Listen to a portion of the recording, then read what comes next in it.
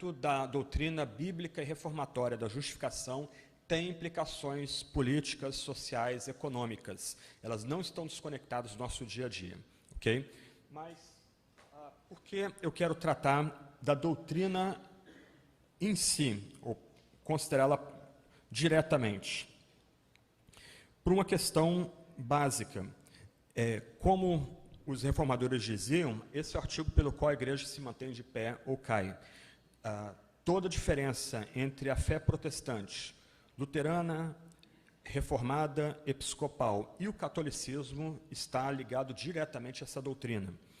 Como os reformadores diziam, esse é o artigo pelo qual a igreja se mantém de pé ou cai, é o sumário da doutrina cristã, é o sol que ilumina a Santa Igreja de Deus, é o ponto central da reforma. O Jaroslav Pelikan, no seu estudo imenso aí sobre a tradição cristã, ele vai dizer que esse artigo é o artigo que diferencia a fé evangélica do catolicismo de outras crenças. Somente a fé evangélica oferece essa doutrina e o conforto que vem dessa doutrina. Mas, como eu tentei mencionar ontem à noite, para mim o escandaloso é que, mesmo tendo sido nascido e criado numa tradição protestante, tradição batista, eu só fui ouvir uma pregação sobre essa doutrina pela primeira vez com 27 anos de idade. Eu ouvi no seminário, meu professor, que era reformado, ele ensinou essa doutrina para a gente no ambiente acadêmico, os debates anteriores, posteriores à doutrina, mas na igreja local, a primeira vez que eu ouvi foi em 1995, 96, numa série de conferências que o Dr. Shedd proferiu em campus sobre a Epístola de Paulo aos Romanos. Uma vida toda criada na igreja, o drama da salvação era simplesmente resumido em ouvir o apelo ao final do sermão, as pessoas se sentirem tocadas e movidas pelo apelo e aceitarem Jesus, irem à frente, receber oração e ser garantido a elas que agora elas estavam salvas, uma vez salvo para sempre, etc. e tal. Só que o drama da salvação vai muito além dessa forma dramática que era retratada a conversão nas igrejas de linha batista e de linha fundamentalista, por aí vai. Ao revisar esse texto, eu tive que mandar essa mensagem para os meus colegas da igreja que eu estou cooperando atualmente, eu fiquei horrorizado com um ponto. Eu geralmente gosto de citar hinos em palestras e sermões. E eu fui procurar algum hino no Inário para o Culto Cristão, que foi o principal inário, talvez o último grande inário que os batistas produziram no Brasil. Não havia um único hino sobre a doutrina da justificação pela graça recebida pela fé somente. Nenhum hino sobre esse que é o artigo principal da fé cristã, o sol que brilha sobre a igreja, o sumário de toda a doutrina cristã. Então vamos tentar pensar um pouquinho sobre essa doutrina. Ela pressupõe, e você precisa prestar atenção aqui nesse ponto, ela pressupõe um conhecimento do pecado original, isto é, nós pecamos em Adão, nós estávamos nos lombos de Adão, nós pecamos junto com ele, herdamos a culpa que foi colocada sobre Adão, herdamos a condenação que foi colocada sobre Adão, e o fato de todos nós morrermos é prova de que nós estávamos no pecado de Adão. E essa doutrina também pressupõe dois conceitos-chave comuns a luteranos e reformados, que são a noção de depravação total, isto é, todas as esferas da nossa humanidade estão manchadas e são escravizadas ao pecado. Razão, afetos, a vontade é escravizada pelo pecado, todas as áreas da nossa constituição são maculadas pelo pecado. E um outro conceito, consequentemente, nós, sem Deus e sem Cristo, vivemos num estado de incapacidade total. Nós não conseguimos nos voltar para Deus pelo nosso livre-arbítrio, pela nossa vontade, etc. Essas noções de pecado original, depravação total, incapacidade total, são basilares para a gente apreciar e entender corretamente esse ensino da justificação pela fé. Mas eu só vou poder mencionar isso de passagem, esse é o pano de fundo do ensino reformador da justificação pela fé. Um documento que expressou de forma bem sintética e clara o ensino comum a todos os reformadores principais sobre esse ensino, está nos 39 artigos da religião, nos artigos da religião, que são o documento principal da Igreja Episcopal, da Igreja Anglicana. Ontem o Leclerc leu para a gente aqui um texto bem bacana do falecido bispo Robson Cavalcante, ele era episcopal anglicano. Então, o documento principal dos anglicanos, que vigora aí desde o século XVI, vai resumir o ensino da justificação da seguinte forma. Preste atenção nas palavras. Somos reputados justos perante Deus, somente pelo mérito do nosso Senhor e Salvador Jesus Cristo, pela fé, e não por nossos próprios merecimentos e obras. Isso que estabeleceu um dos artigos de religião que guiavam a fé episcopal. Essa parágrafo aqui, ele consegue captar e resumir muito bem tudo que luteranos, reformados e anglicanos criam sobre esse artigo. E, basicamente, o que eu vou fazer nessa manhã com vocês é tentar desenvolver alguns pontos importantes desse artigo. Na verdade, eu quero usar o breve catecismo de Westminster como um roteiro. Ele foi escrito no século XVII, mais ou menos aí um século depois da Reforma, mas, em grande medida, num ambiente menos marcado por polêmica, ele consegue, de forma bem clara, resumir esse ensino. Então, a pergunta 33 do breve catecismo diz o seguinte: a justificação, aí agora o que eu vou fazer é decompor essa pergunta e resposta. A justificação é um ato da livre graça de Deus, no qual Ele perdoa todos os nossos pecados e nos aceita como justos diante de si, somente por causa da justiça de Cristo a nós imputada e recebida só pela fé. Ok. O nosso protestantismo, marcadamente influenciado pelo pietismo alemão do século XVII, pelo fundamentalismo americano do século XIX, grande parte da nossa ênfase é basicamente interna.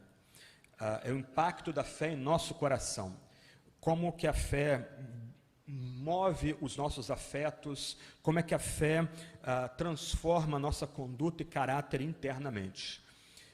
O que a reforma, que vai surgir uns 200 anos antes do movimento pietista, 300 anos antes do movimento fundamentalista, vai destacar, é que o pecador, diante de Deus, ao receber Cristo pela fé, ele recebe dois tipos de justiça, para lembrar do famoso sermão de Lutero.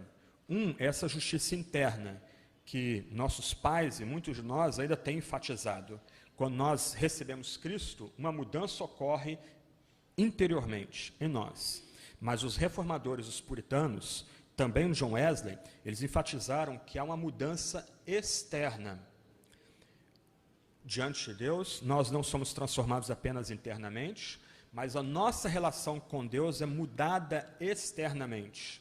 Nós saímos de um ambiente de injustiça para um ambiente de justiça. Nós antes éramos considerados pecadores, agora nós somos tratados como homens e mulheres com um novo status, um status de justos. E como o catecismo diz aqui, não por causa dos nossos méritos, mas pelo que Cristo fez no Calvário. Nota que essa mudança da nossa relação externa com Deus é muito mais do que o mero perdão de pecados. Ela inclui o perdão de pecados. E presta atenção, inclui perdão de todos os pecados. Nossa mentalidade é tão católica que nós pensamos que para Deus nos perdoar, Ele depende do nosso arrependimento. Então, nós precisamos constantemente nos arrepender para Deus estar nos perdoando. Lembra de ontem? Nós nos arrependemos, não é para Deus nos perdoar momento após momento. Nós nos arrependemos dia após dia, nos quebrantamos momento após momento, como resposta de gratidão a tudo que Deus deu na cruz para a gente. E o que Deus deu na cruz para a gente é uma obra completa. Todos os nossos pecados foram perdoados, todos eles. Lembra de Miqueias? Nossos pecados foram jogados no mais profundo abismo. Isto é, eles perderam a capacidade de ofender a majestade e suscitar a ira santa de Deus. Do outro lado, positivamente, o que acontece é que nos foi atribuído um completo estado de justiça perante Deus. Esse é o ponto central que separa o protestantismo de todos os outros credos e religiões. Se você quiser colocar de outra forma, mais essencial, eu diria o seguinte: o que distingue o protestantismo verdadeiro de catolicismo, e outras crenças, é que enquanto no catolicismo e outras crenças, o fiel vive num permanente estado de insegurança, Deus me ama, Deus me ama. No protestantismo, é concedido ao fiel um estado de segurança completa. Ele agora é amado por Deus, ninguém mais o acusa diante de Deus. Ele não é só escolhido, ele foi declarado justo, ele agora está numa nova posição diante de Deus e Cristo. Há uma mudança interna, que a gente chama em teologia de regeneração. Nós somos agora novos homens, novas mulheres em Cristo, mas há uma mudança externa. Nosso coração não foi apenas mudado, a nossa relação com Deus foi mudada. Nós éramos inimigos de Deus, agora fomos reconciliados com Deus. Ele nos aceita no amado, isto é, Ele agora nos considera como homens e mulheres justos e retos. Nos é dado integridade, não pelo que nós fazemos ou deixamos de fazer, mas por causa dos méritos de Cristo no Calvário. O catecismo, seguindo a estrutura dele aqui, vai lembrar então que o fundamento da justificação é a obra de Cristo no Calvário. Se você pensa nos evangelhos, tenta pensá-los como uma narrativa.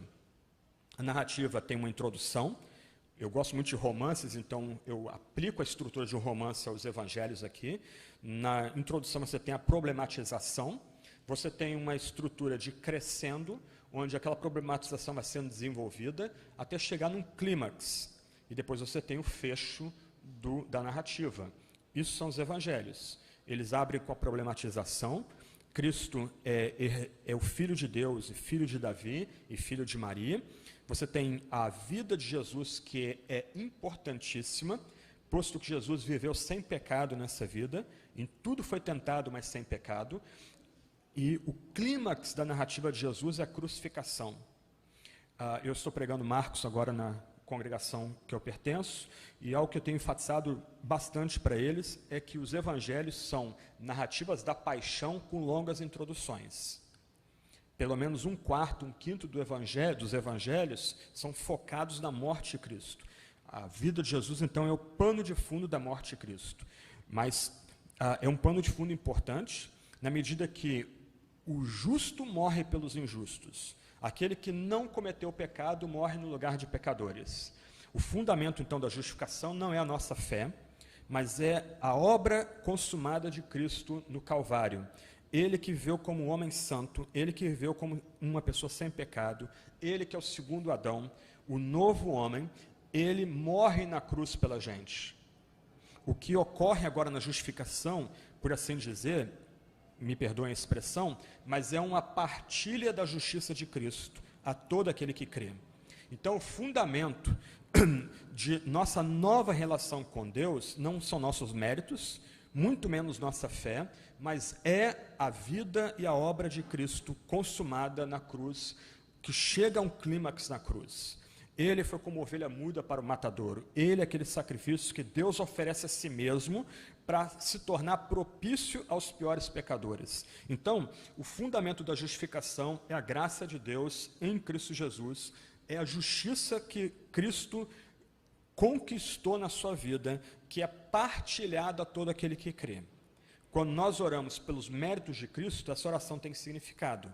Nós estamos expressando que nós somos atendidos somente por causa de Jesus, não por causa do poder da nossa fé, não por causa de jejuns e contrição e por algo em nós, mas nós oramos a expectativa de que por causa do que Cristo alcançou em sua existência, isso seja dado a nós por pura graça e não pelo que a gente faz ou deixa de fazer.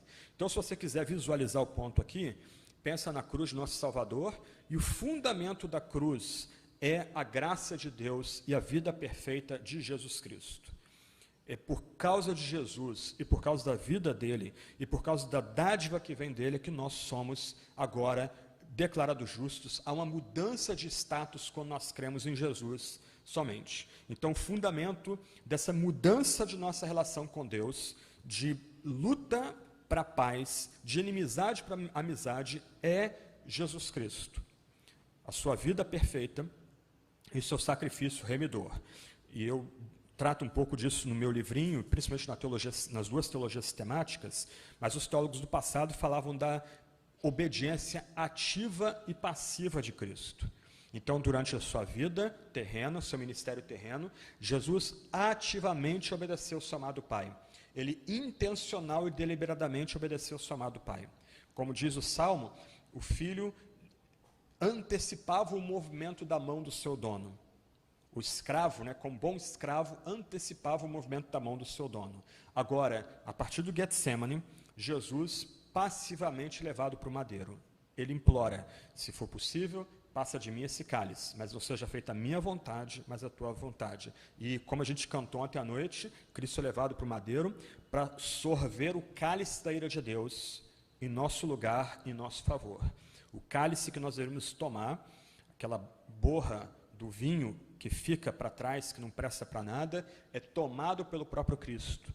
Ele bebe o cálice da amargura, para que nós não o provemos se nós descansamos nele e cremos nele somente. Então, nós somos declarados justos, há uma mudança de status, porque Cristo é o fundamento dessa mudança de status. É por pura graça, por livre graça, que esse status muda. Ok? Esse é um ponto importante para a gente aqui. Se Adão falhou no seu teste e caiu, e todos nós caímos nele, nós temos agora um segundo Adão, que passa no teste, e agora é um fiel dispenseiro para conceder sua justiça e sua santidade a todo aquele que crê nele somente. Esse é o fundamento da justificação. Nós não somos justificados pelas nossas obras, muito menos pela fé, porque a gente vai ver daqui a pouco, a fé não é meritória.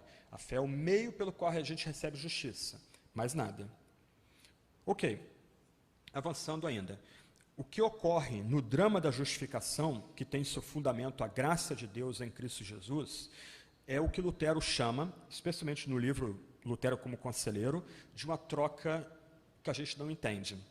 As páginas 36 e 38 do livro do Lutero como Conselheiro escandalizam muita gente, porque o Lutero, de forma bem exagerada, como bom pregador, nós, às vezes, pregadores tendem a exagerar os seus pontos para encantar as pessoas e atrair as pessoas do seu discurso.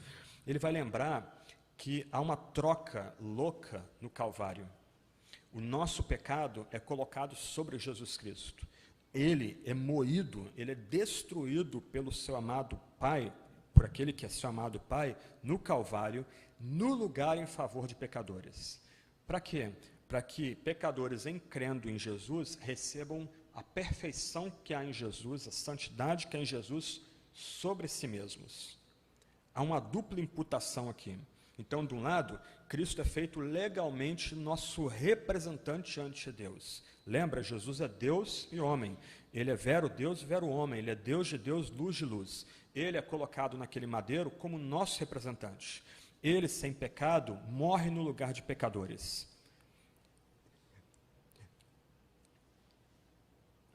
No Jordão, ao ser batizado, Jesus escuta do alto: esse é meu filho amado e quem tem todo o meu prazer.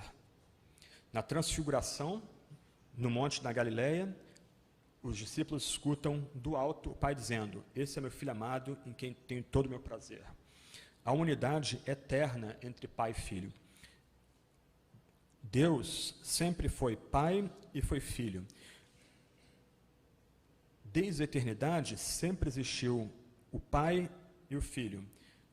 Deus como eternamente Pai, Deus como eternamente Filho, e ambos partilhando amor desde toda a eternidade, e esse amor é revelado audivelmente no batismo e na transfiguração. No Calvário, o Filho exclama: Eli, Eli, lama sabachthani, Deus meu, por que me desamparaste? Irmãos e irmãs, o que há ali não há ruptura em Deus. No Calvário, no Gólgota maldito, Deus permanece Deus como Pai e Filho. O que ocorre no Gólgota é que o Filho não ouve mais a palavra do seu Pai. Esse é o meu Filho amado e quem tem todo o meu prazer.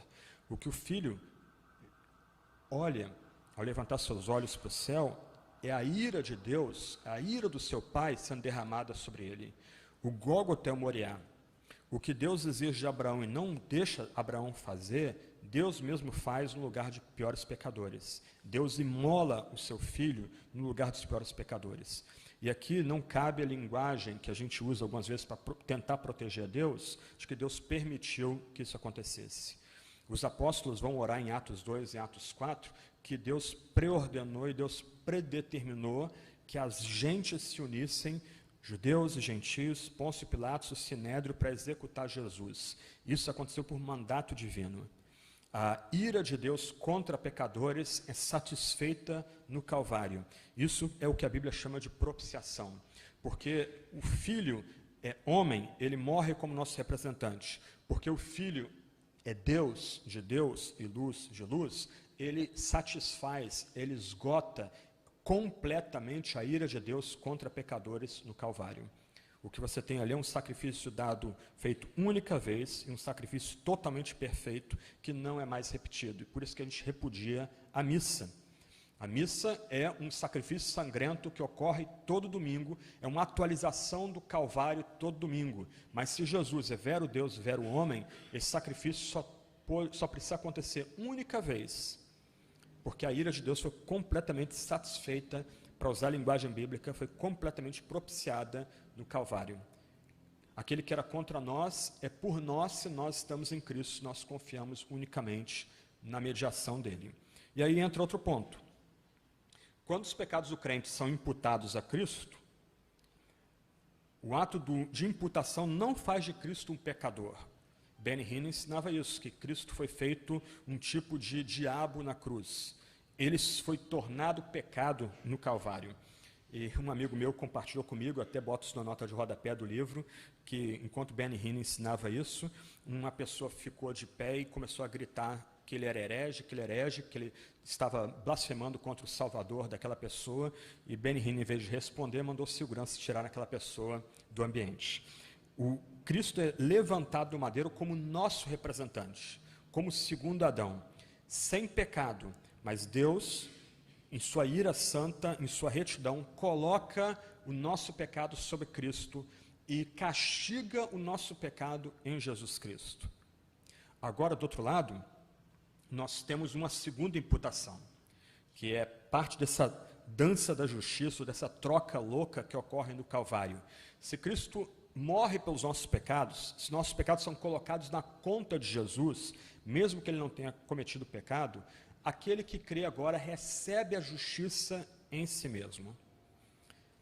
A linguagem aqui é jurídica, isto é, quando um homem ou mulher crê em Cristo somente, confia na cruz somente, ele agora é declarado justo, é colocado na sua conta a justiça perfeita de Jesus Cristo. A Bíblia usa outras metáforas para a gente tentar entender o ponto aqui. Antes, nós tínhamos roupa de mendigo. Nossa roupa era toda poída, furada e fedida. Essa era a nossa vestimenta.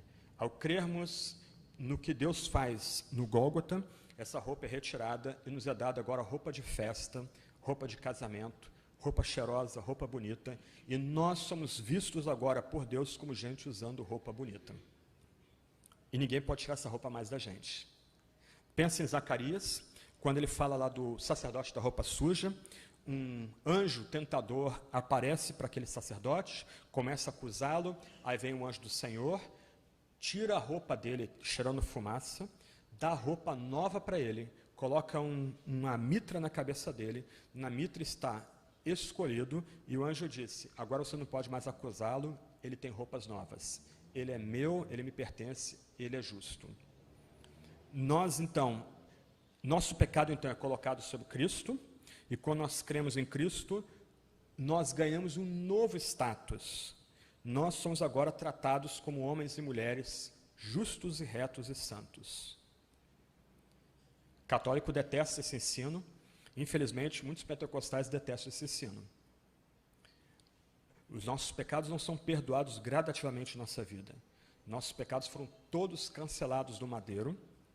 E não só isso, milagre dos milagres, agora nós somos considerados como homens e mulheres completamente retos, completamente justos. Nota, para o catolicismo e para alguns círculos pentecostais, a salvação é só um processo. Aqui, a salvação começa como um ato. É um momento distinto em nossa vida.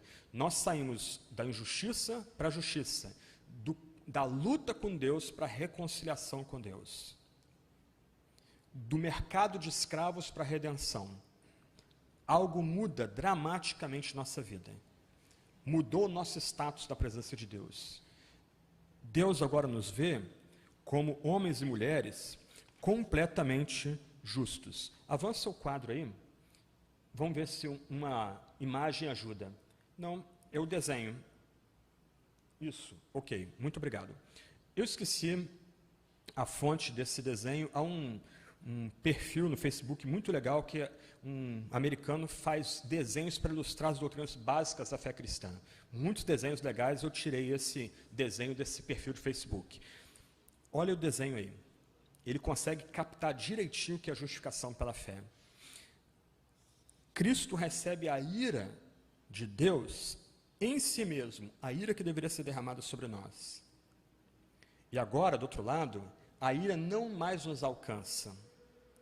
Esse quadro aqui também não é completo, ele engloba só uma metade da história. A outra metade da história é que Deus agora nos vê em Cristo Jesus, como homens e mulheres já assentados nas regiões celestiais, como homens e mulheres que já são considerados como glorificados por causa de Jesus Cristo. Então há um duplo ajuste aqui. De um lado, a ira que Deus deveria derramar contra a gente é esgotada em Cristo Jesus. Do outro lado, a nossa imagem agora é determinada por quem nós estamos em Cristo, e Deus agora nos vê por meio de Cristo Jesus. A ira foi removida. Por isso é profundamente impróprio dizer que Deus está irado com crentes. A ira foi removida. Deus está irado com quem não crê nele. Quem crê já tem a vida eterna, quem não crê, a ira de Deus permanece sobre ele. O não crente, ele está andando com a nuvenzinha escura em cima de si, um monte de raio e trovão pronto para cair na cabeça dele. Agora, o crente, a ira foi completamente removida. Deus disciplina os crentes. Lembra de Hebreus 12. Mas Deus não está mais irado com os crentes. Muitos nossos dramas de consciência na igreja, poxa, sou miserável, eu pequei, Deus vai me perdoar, eu tenho que fugir da presença de Deus. Muitos desses dramas, eles refletem muito mais uma cultura subbíblica, uma cultura católica, do que uma cultura de fato ancorada na Bíblia. O irmão ou a irmã pecou, eu pequei, corra para Deus, pelo que ele já fez no Calvário, peça perdão, se aplique no Espírito Santo a se converter diariamente, mas aqui não cabe mais esse tipo de drama. Deus me ama, Deus me ama, Deus me ama, Deus me ama. Deus permanece amando a gente com o mesmo amor que Ele teve pela gente desde antes da fundação do mundo, e esse amor é revelado em Cristo Jesus. Nós agora podemos ter consciências pacificadas, descansadas em Jesus Cristo, confortadas em Jesus Cristo, completamente perdoados. Não só isso, agora nós temos um novo status. Nós somos considerados homens e mulheres justos e retos. Homens e mulheres, lembra do tempo presente de Efésios 1, que já estão assentados nas regiões celestiais. Lembra do pretérito de Romanos 8, 29, que já são glorificados, já são vistos como glorificados. Em outras palavras, se nós somos crentes aqui, Deus olha para a gente como homens e mulheres que já são obra terminada. Como homens e mulheres que já são ressuscitados com Cristo. C.S. Lewis, em Peso de Glória, ele diz que não há cristão comum, não há cristão ordinário. Se você está sentado do lado de um cristão, você está sentado do lado de um homem ou de uma mulher que já está ressuscitado com Cristo. É isso, gente, esse é um ponto central da reforma. É isso que vai distinguir o que Lutero, Calvino, Zwinglio, Cranmer e outros descobriram na reforma e catolicismo. E outras formas de protestantismo. A mensagem da reforma é resumida em Romanos 8, 28 a 39. Nós agora temos segurança, não por nós mesmos, não por algo que a gente faça ou deixa de fazer, mas a nossa segurança vem do que Cristo fez na cruz, em nosso lugar e em nosso favor. E o que Ele faz, fundamentalmente, é uma troca com a gente, uma troca graciosa. Ele morre em nosso lugar, e se cremos nele, se confiamos nele, nós recebemos a obediência perfeita dele em nossa conta. Mal e mal ilustrando aqui, é mais ou menos como se você chegasse no banco, você tem uma dívida, e sem você saber como, no banco entra exatamente o valor que cobrisse aquela dívida. Nós tínhamos uma dívida com Deus. Deus é o santo e o eterno.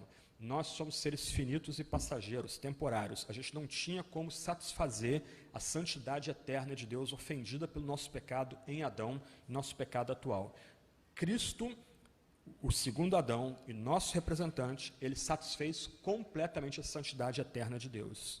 Agora nos é derramado o eterno amor de Deus, o livre amor de Deus, a misericórdia dele, a sua graça abundante derramada sobre a gente. E a gente deve viver de acordo e à luz dessa graça abundante, celebrando, louvando, etc. O fundamento da justificação é a graça de Deus. O que ocorre na justificação é a troca entre nós e Deus em Cristo. A nossa desobediência e pecado é colocado sobre Cristo. Aquele que crê recebe a santidade e obediência de Cristo.